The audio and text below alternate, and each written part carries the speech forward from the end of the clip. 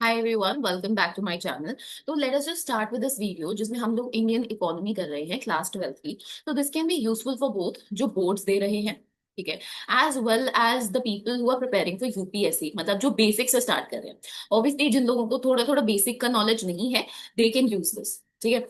तो अभी चलते हैं। सबसे पहला जो चैप्टर है हम लोगों का बुक में, दैट इज जो हमारी बुक है, that is development policies and experience 1947 से 1990। सो बेसिकली इंडिपेंडेंस से लेकर एलपीजी रिफॉर्म्स जो हमारे 1991 में आए, उनसे पहले क्या सारी चीजें थी, that will be looking at now the Indian economy on the eve of independence. Eve of independence मतलब ऑब्वियसली हम लोगों को आजादी कब मिली है, 15 ऑफ अगस्त 1947, ठीक है। तो ईव मतलब ऑब्वियसली बात है कि 14 ऑफ अगस्त 1947। तो मतलब यहां से लेकर 1990 तक क्या सारी चीजें होती है, late us just look into all of those things, right.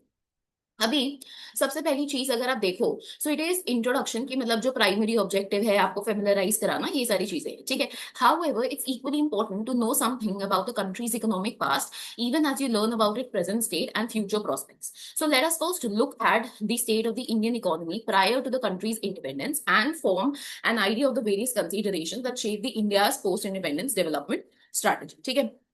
So the structure of the India's present day economy is not just of current making. It has its root steeped in the history, particularly to the period when the India was under British rule, which lasted for almost 2 centuries. ठीक है। तो हमारे जो Britishers है, ठीक है, अब ये जो ब्रिटिशर्स है, इन लोगों ने इतनी सारी ऐसी ऐसी चीजें करी हैं जिसकी वजह से हमारी जो इकोनॉमी है उस पर बुरा इम्पैक्ट पड़ा है, ठीक है। और इन लोगों ने कब तक रूल करा, 200 साल तक, 200 ईयर्स, राइट। ये 200 साल तक इन्होंने करा। अब हमें पता है कि एक हमारी बैटल थी प्लासे की, जो बंगाल में हुई है ना। और उसके बाद मोस्टली इन लोगों ने क्या करना स्टार्ट किया, कंसोलिडेशन, ठीक है।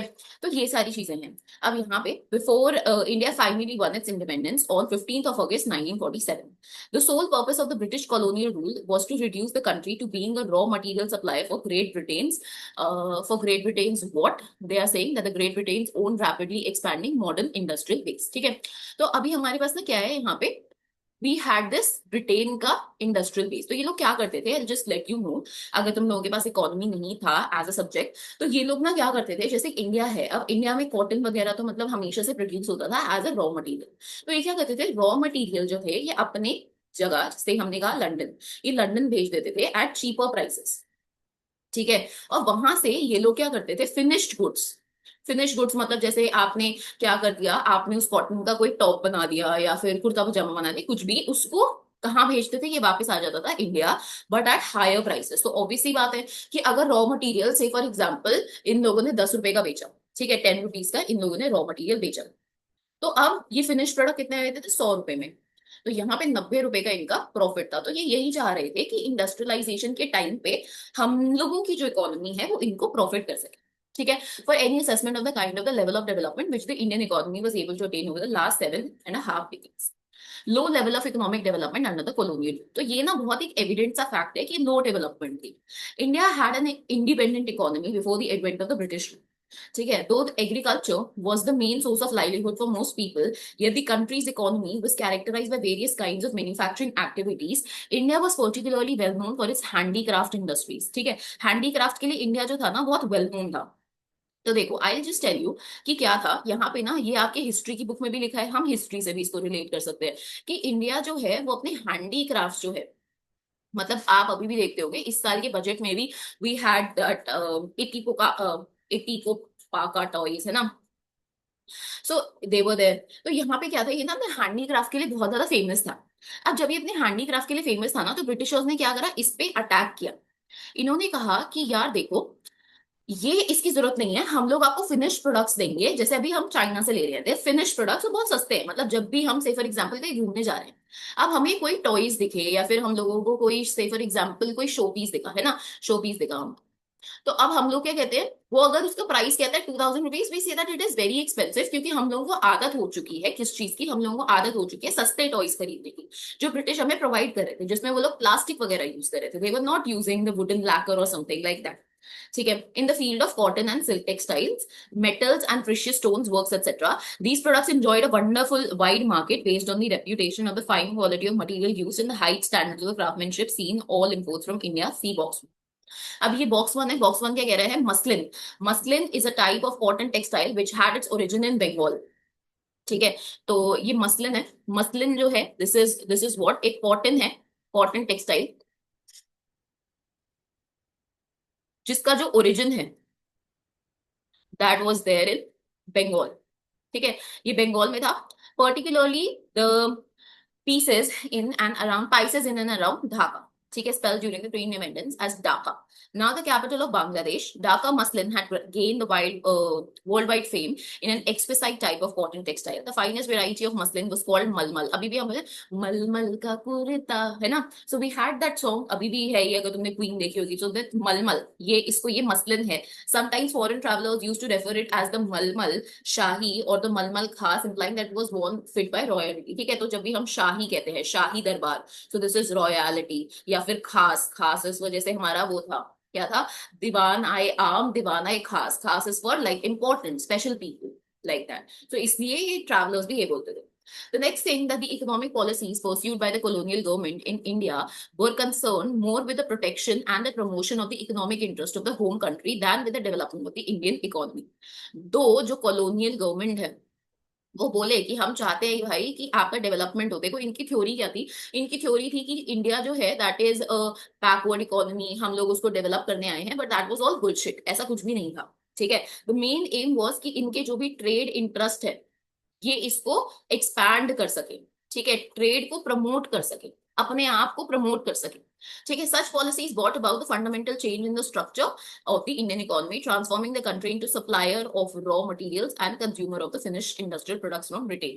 ठीक है, and consumer of finished industrial products from retail.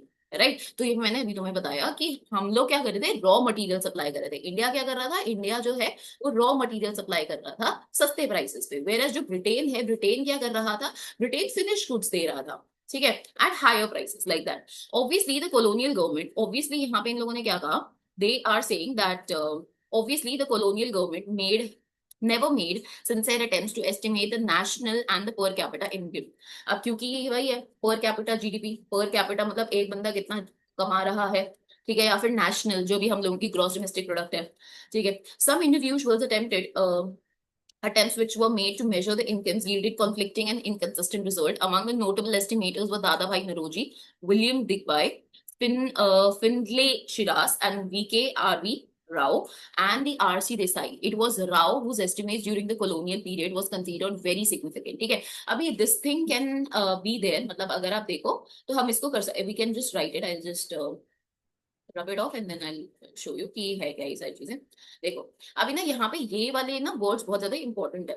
तो चाहे तुम यूपीएससी का एग्जाम दे रहे हो या फिर तुम से अपने बोर्ड्स के लिए तो यार obviously this is very important. ठीक है, whenever I use to read NCERT, I use to make sure कि कोई भी एक जो भी टॉपिक है वो नहीं रह रहा है कहीं पर भी। ठीक है, तो जब भी हम बात करते हैं दादा भाई, इट वॉज दादा भाई जिन्होंने एस्टिमेट करा जीडीपी की। जब भी हम बात कर रहे हैं, it was some Findlay, it was some Findlay, Findlay Shirras, VK.R.V. Rao. ठीक है, और जो राव है ना उनका, और R.C. देसाई, राव का जो था was considered significant। However, most studies did find that the country's growth of aggregate real output during the first half of the 20th century was less than 2%, coupled with a meager 0.5% growth in the per capita output per year। तो मतलब growth in लोगों ने बोला कि 2% ही थी, that was very less, of course बहुत ही ज्यादा कम। ठीक है, अब आते हैं एग्रीकल्चर। ये सबसे मेन सेक्टर है हम लोगों का, क्योंकि हम लोग अभी भी एक एग्रीकल्चरल इकोनॉमी है। India's economy under the British colonial rule remained fundamentally agrarian। About 85% of the country's population lived mostly in villages। ठीक है, lived mostly in villages। तो यहाँ पे जो है 85% of the economy that lived where, that lived in the villages, right।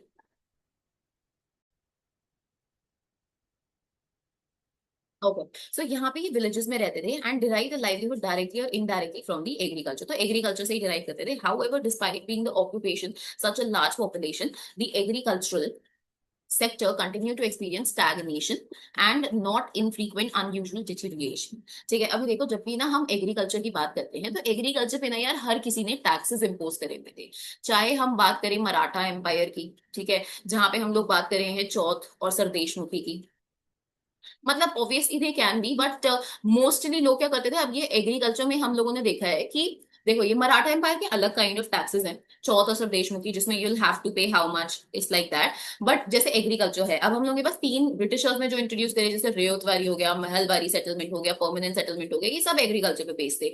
इनको लगता था कि यार फार्मर्स इतना ज्यादा ग्रो कर रहे हैं तो हमें तो दे ही सकते हैं। तो यहाँ पे क्या हुआ कि ये लोग पैसा कमाए जा रहे थे, कमाए जा रहे थे, they were extracting out of it the lot a lot of money.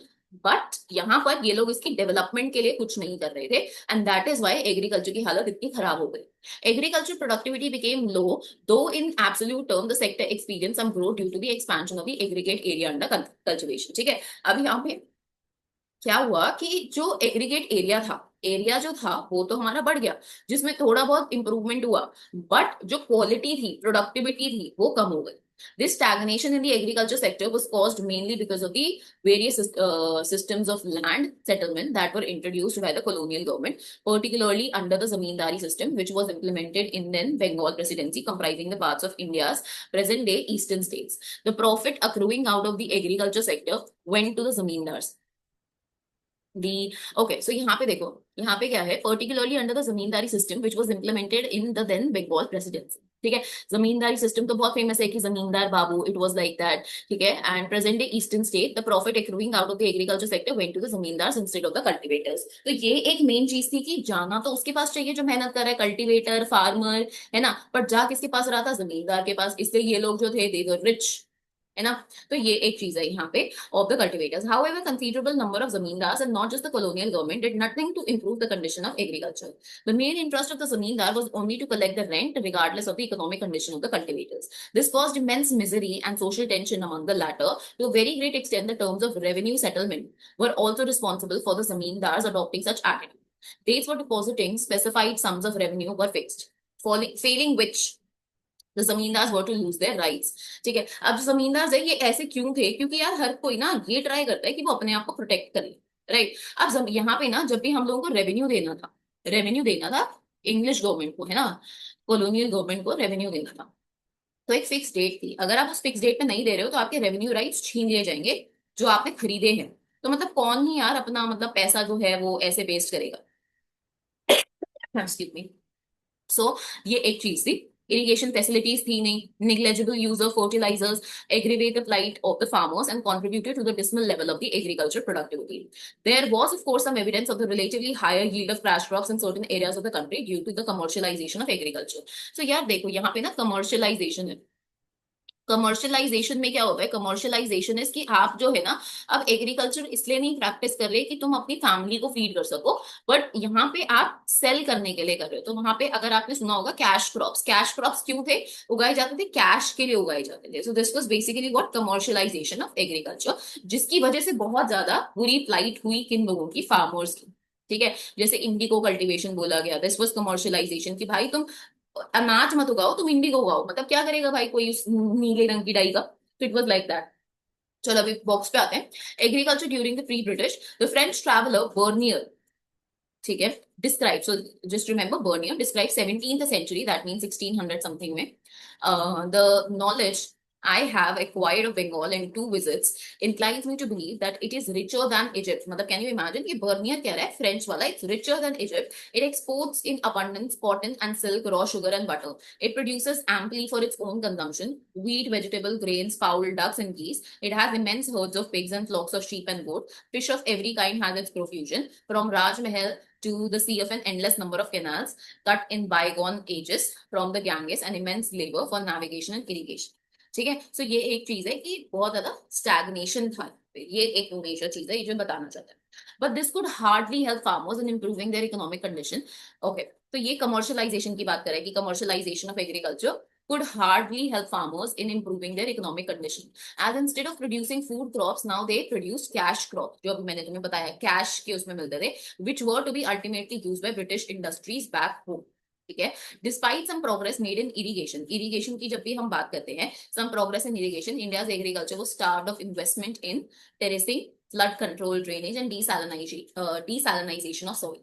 While a small section of farmers changed their cropping pattern from food crops to commercial crops, ठीक है, a large section of tenants, small farmers, and sharecroppers neither had resources and technology nor had the incentive to invest in agriculture. अभी देखो, I'll give you an overview. ठीक है, और एक overview देखना क्या है।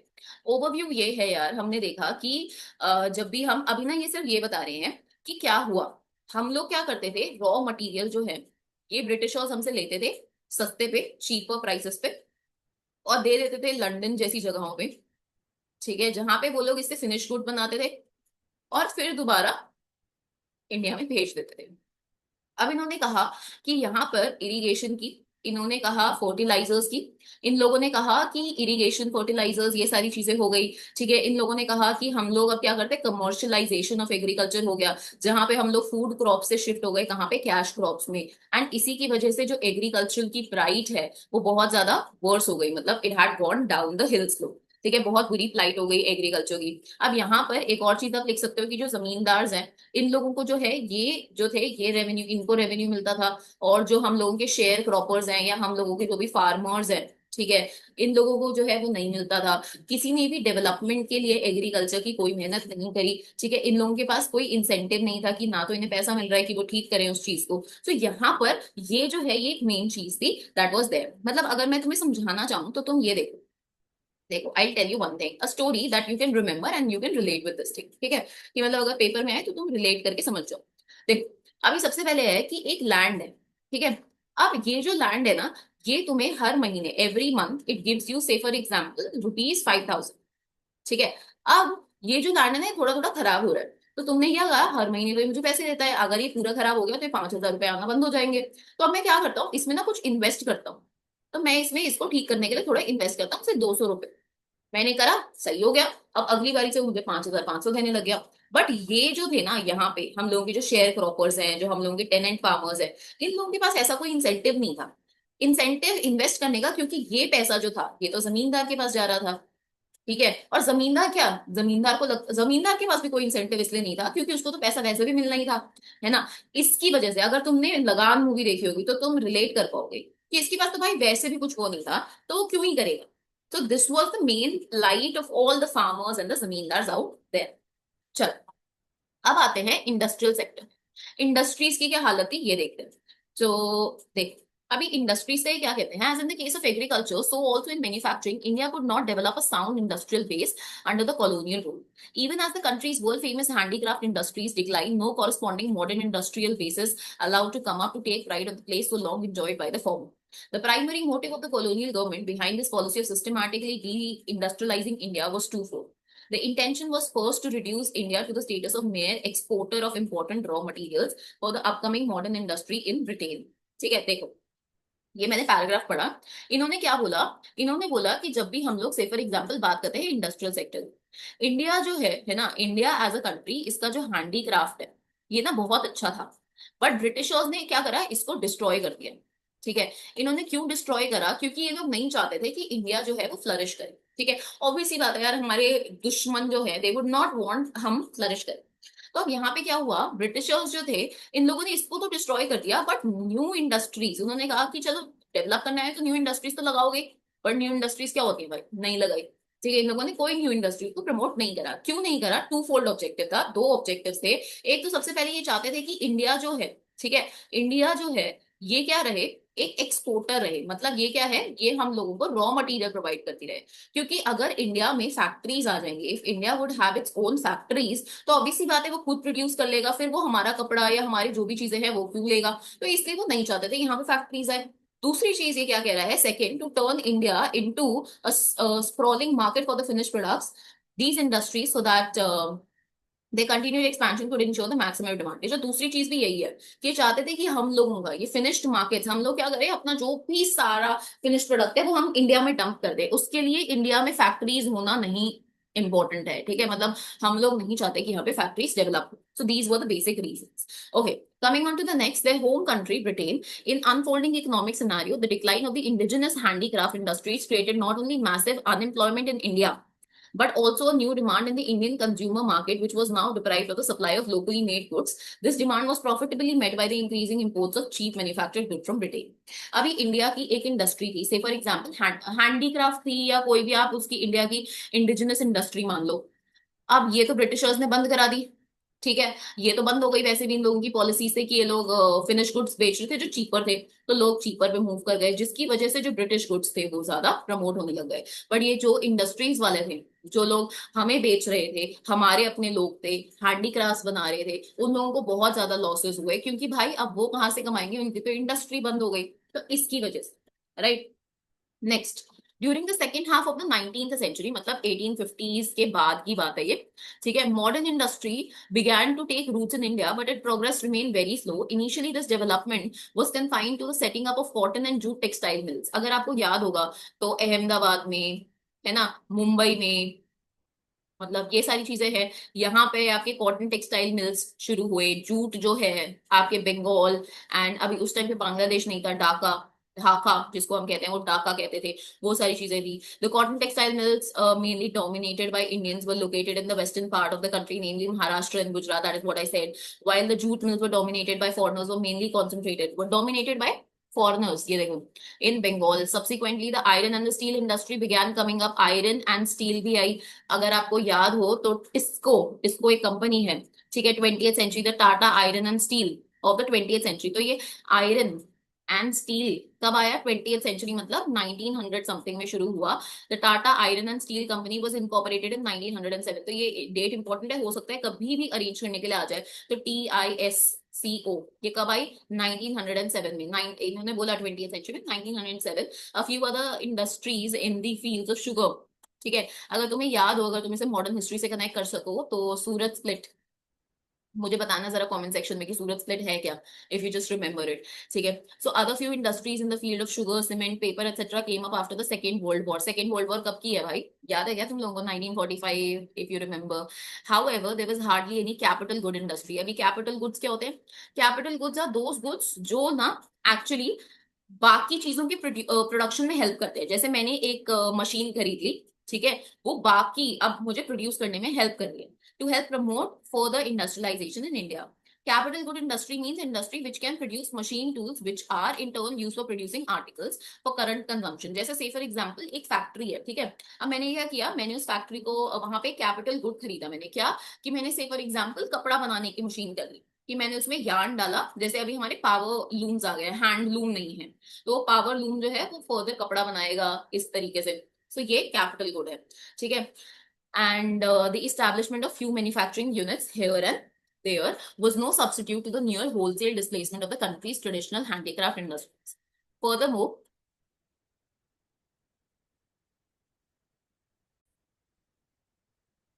तो उन्होंने कहा furthermore the growth rate of the new industrial sector and its contribution to the gross domestic product or the gross value added remained very small. ठीक है, ये जो GDP है और ये जो GVA है, I have covered this in one lecture, I let you know the link here only, ठीक है, तुम उसको देख सकते हो, यू कैन रेफर कि क्या सारी चीजें हैं। बट ये जो GDP का कंट्रीब्यूशन है, ये जो है ना, ये काफी स्मॉल रहा। Another significant drawback of the new industrial sector was very limited area of operation for the public sector. The sector remained confined only to the railways, power generation, communication, booths, and some other departments, departmental undertakings. ठीक है, तो ये एक चीज है। तो अभी हम लोगों ने क्या क्या कवर करा है, we have done the agriculture sector and we have done the industrial sector, ठीक है। नेक्स्ट हम लोगों के पास क्या बचता है, we have the foreign trade, we have demographic condition क्या थी उस टाइम पे, we also have the occupational structure की क्या रहता है इंडिया के टाइम पे, इंफ्रास्ट्रक्चर क्या है हम लोगों का क्या था उस टाइम पे, एंड आई गेस यस, यही सारी चीजें हैं। तो this is one thing that I tell you कि हम लोग बाकी सारा जो लेक्चर है will do it in part 2, ठीक है, हम पार्ट 2 में इसको कवर करेंगे। दिस वाज ओनली पार्ट 1 जिसमें I had to cover 2 things today, ठीक है, जो आई हैव डन।